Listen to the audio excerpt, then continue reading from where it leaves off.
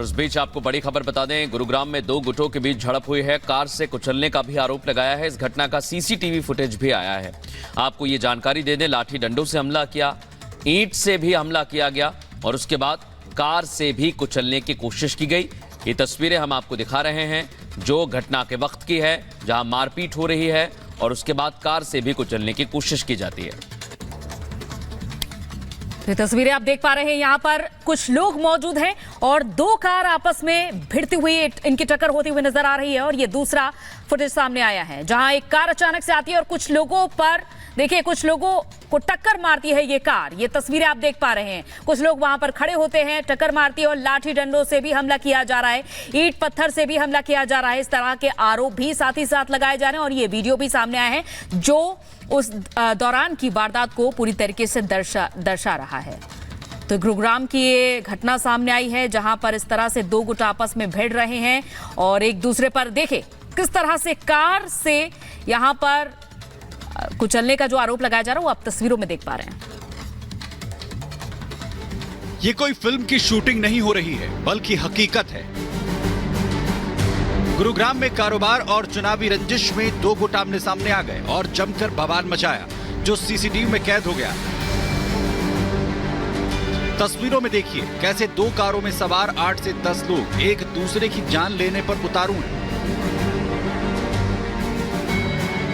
लाठी डंडों और बड़े बड़े पत्थरों से एक दूसरे पर अटैक किया जा रहा है। इस दौरान एक महिला भी उन्हें रोकने की कोशिश करती है लेकिन कोई भी रुकने के लिए तैयार नहीं। इस दौरान एक दूसरे की कार के शीशे भी तोड़ दिए गए। करीब 2 मिनट तक फिल्मी स्टाइल में गैंगवार चलती रही। कैसे एक सवार दूसरे लोगों को कुचलने की कोशिश भी कर रहा है, हालांकि वो कामयाब नहीं हो पाता। घटना के बाद से इलाके में दहशत का माहौल है। Bureau report, Republic Bharat.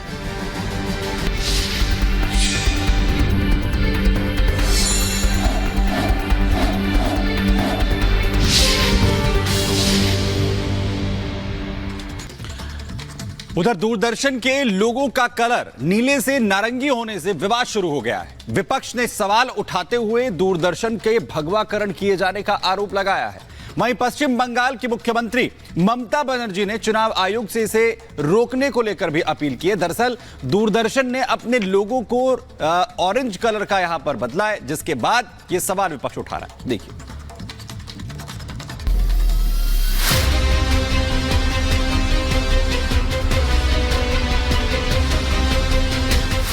Bharat सरकार की प्रसार भारती के दूरदर्शन न्यूज चैनल का सालों पुराना लोगो बदल दिया गया है। जिस चैनल की पहचान लाल रंग की धरती से हुआ करती थी, अब उसे नारंगी रंग का कर दिया गया है, जिसे लेकर सियासत गर्म है। पश्चिम बंगाल की मुख्यमंत्री ममता बनर्जी ने सोशल मीडिया पर पोस्ट करते हुए लिखा, जब देश में लोकसभा चुनाव हो रहे हैं, मैं दूरदर्शन के लोगों की भगवाकरण से हैरान हूँ। ये बिल्कुल गैर कानूनी है। जब पूरे देश की जनता वोटिंग के मूड में है तो चुनाव आयोग इस गेरुआ समर्थक काम की इजाजत कैसे दे सकता है। दूरदर्शन के लोगों में मूल नीला रंग तुरंत वापस लाया जाना चाहिए।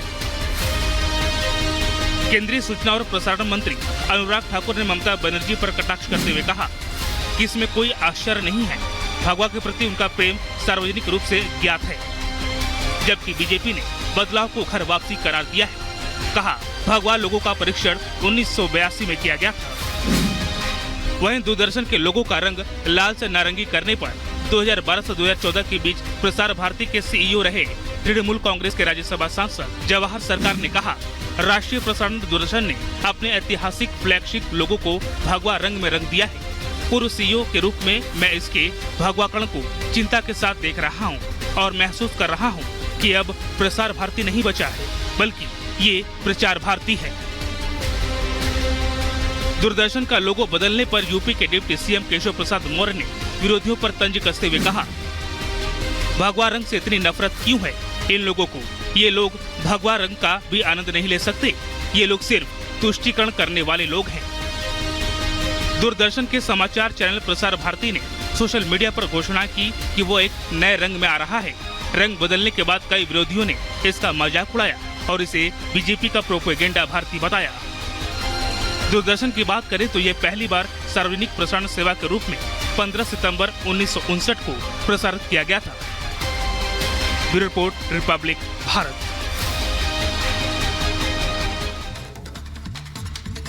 और अब खबरों में आगे बढ़ेंगे। जर्मनी में चाय पर चर्चा कार्यक्रम आयोजित किया गया। मोदी के परिवार के साथ चाय पे चर्चा। जर्मनी के मोदी समर्थकों ने इसका आयोजन किया है और हम देखते भी हैं इंडियन डायस्पोरा अलग अलग जगह पर इस तरह के कार्यक्रम आयोजित करता है। अब जर्मनी में चाय पे चर्चा कार्यक्रम आयोजित किया है, गुजरात से मोदी सरकार, वो हम आपको दिखा रहे हैं।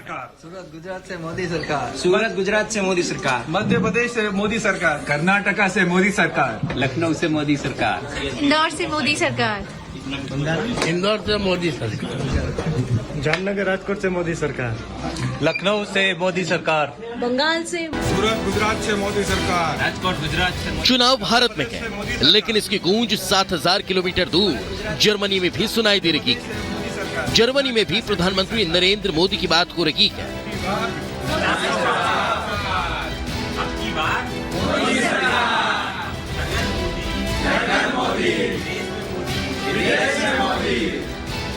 जिस तरह भारत में चाय पर चर्चा कार्यक्रम की शुरुआत की गई थी, ठीक उसी तरह जर्मनी के म्यूनिख में भी चाय पर चर्चा कार्यक्रम का आयोजन किया गया। मोदी समर्थकों ने चाय पर चर्चा कार्यक्रम किया। इस दौरान समर्थकों ने अपने राज्य और जिले में मोदी के आने का नारा बुलंद किया है। गुजरात से मोदी सरकार, सूरत गुजरात से मोदी सरकार, मध्य प्रदेश से मोदी सरकार, बंगाल से मोदी सरकार। नरेंद्र मोदी जब से प्रधानमंत्री बने हैं, तब से उनकी फैन फॉलोइंग में लगातार जबरदस्त इजाफा हुआ है। कई देशों के नेता प्रधानमंत्री नरेंद्र मोदी की तारीफ कर चुके हैं। Bureau report, Republic Bharat. Amethi से बीजेपी उम्मीदवार स्मृति ईरानी का इंडिया अलायंस पर हमला। कहा महिलाओं का अपमान करना विपक्ष की आदत, चुनाव जीतकर उनको मुंह तोड़ जवाब देंगे। एक इंडिया अलायंस के नेता ने महिलाओं के बारे में अभद्र टिप्पणी की। ये उनके संस्कार का परिचय। मुझे लगता है महिला नेत्रियां जिस प्रकार से ग्राउंड पर काम करती हैं और अपनी मेहनत से एक सफलता का परचम लहराती हैं, ऐसे लोगों के मुंह तोड़ जवाब देने के लिए जीत ही काफी होती है। राहुल और अखिलेश यादव पर स्मृति ईरानी ने साधा निशाना। कहा प्रधानमंत्री ने इस जोड़ी के बारे में जो कुछ कहा है वो बिल्कुल सच है। इस प्रधानमंत्री के अनुभव को देखते हुए मेरा ये मानना है उनका जो कथन है वही परम सत्य है, क्योंकि आज तक पीएम साहब मोदी जी ने जो कहा है और विशेषतः इस जोड़ी के बारे में जो कहा है वो हमेशा फलीभूत हुआ है, हमेशा सच साबित हुआ। प्रशांत किशोर ने तेजस्वी के विकास के बयान पर ली चुटकी। कहा विकास में हस्व और दीर्घ की मात्रा लिखनी ना आती हो, लेकिन विकास पर लंबा चौड़ा भाषण जरूर दे रहे हैं। उसको विकास का लिखने नहीं आता है कि ये हर्ष ई लिखेगा कि दीर्घ ई लिखेगा, वो नहीं बता सकता है, लेकिन वो विकास का पर लंबा चौड़ा भाषण दे रहा है। सीएम नीतीश कुमार के तंज पर तेजस्वी यादव ने पलटवार किया। कहा मुख्यमंत्री जी अभिभावक हैं, बुजुर्ग हैं, हम उनका सम्मान करते हैं और करते रहेंगे, लेकिन व्यक्तिगत बातें बोलने से क्या बिहार के लोगों को फायदा होगा? जेडीयू प्रवक्ता नीरज कुमार ने राहुल गांधी पर तंज कसा। कहा राहुल गांधी को जवाब देना चाहिए कि वो अमेठी से क्यों भाग रहे हैं। तो राहुल गांधी जी सवाल का जवाब दीजिए ना कि अमेठी से राजनीतिक रूप से फरार क्यों हो गए। केंद्रीय मंत्री कैलाश चौधरी ने कांग्रेस पर साधा निशाना। कहा कांग्रेस के लोगों ने अपनी हार स्वीकार ली है और इसलिए ना तो प्रचार करते नजर आ रहे हैं और ना ही कोई समर्थन करते नजर आ रहे हैं। हाँ, ये जरूर है कि कांग्रेस के लोग अपनी हार मान चुके हैं और इसलिए ना तो वो कहीं प्रचार में दिख रहे हैं और ना ही कोई वो अपनी एक्टिविटी दिखा रहे हैं। असदुद्दीन ओवैसी ने माधवी लता के तीर मारने वाले वीडियो पर साधा निशाना। कहा उनका मकसद अमन खत्म करना है। हैदराबाद में हिंदू मुस्लिम के अमन को कम करने की ओर इशारा किया गया। हैदराबाद से बीजेपी उम्मीदवार माधवी लता ने ओवैसी पर किया पलटवार। वोटर्स को धर्म के नाम पर डरा रहे ओवैसी, प्रचार में बीफ को सपोर्ट करके एक वर्ग को दे रहे हैं संदेश। गुजरात के अहमदाबाद में महावीर जयंती के मौके पर दिखी रौनक। दीक्षा समारोह में शामिल हुए जैन श्रद्धालु।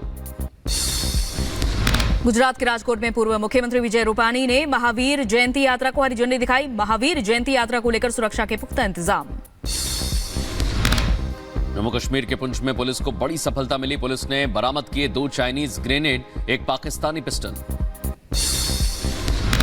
गुरुग्राम में 2 गुटों के बीच झड़प हुई। एक दूसरे पर लाठी डंडे और फायरिंग के साथ कार से कुचलने के भी आरोप लगाए। घटना की सीसीटीवी फुटेज सामने आई। गुरुग्राम में दीवार गिरने से हादसा, 4 लोगों की मौत, कई घायल। हादसे का समय सीसीटीवी फुटेज सामने आया।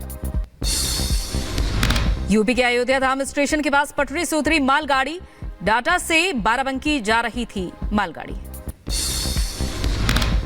नवी मुंबई में धरावी बिल्डिंग में 9वीं मंजिल पर लगी भीषण आग। दमकल की गाड़ियां मौके पर पहुंची, आग पर काबू पाने का काम जारी है।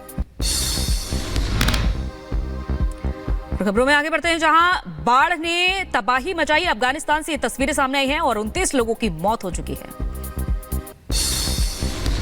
रूस में बाढ़ और बारिश ने हालात बिगाड़ दिए हैं। कुगन और टूमिन इलाके में बाढ़ चपेट में आ गए हैं, कई लोग प्रभावित हुए हैं।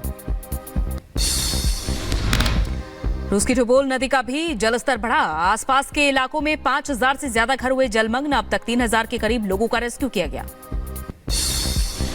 रूस और यूक्रेन के बीच नहीं कम हो रहा है तनाव। रूस के बिजली स्टेशंस पर यूक्रेनी हमलों के बाद रूसी सेना का एक्शन। रूसी सेना का दावा, 50 यूक्रेनी ड्रोन को गिराया। इजरायली सेना ने एक और युद्ध का वीडियो जारी किया। वीडियो में सेंट्रल गाजा पट्टी में नाहल ब्रिगेड लड़ाकू टीम के एक्शन को दिखाया गया है।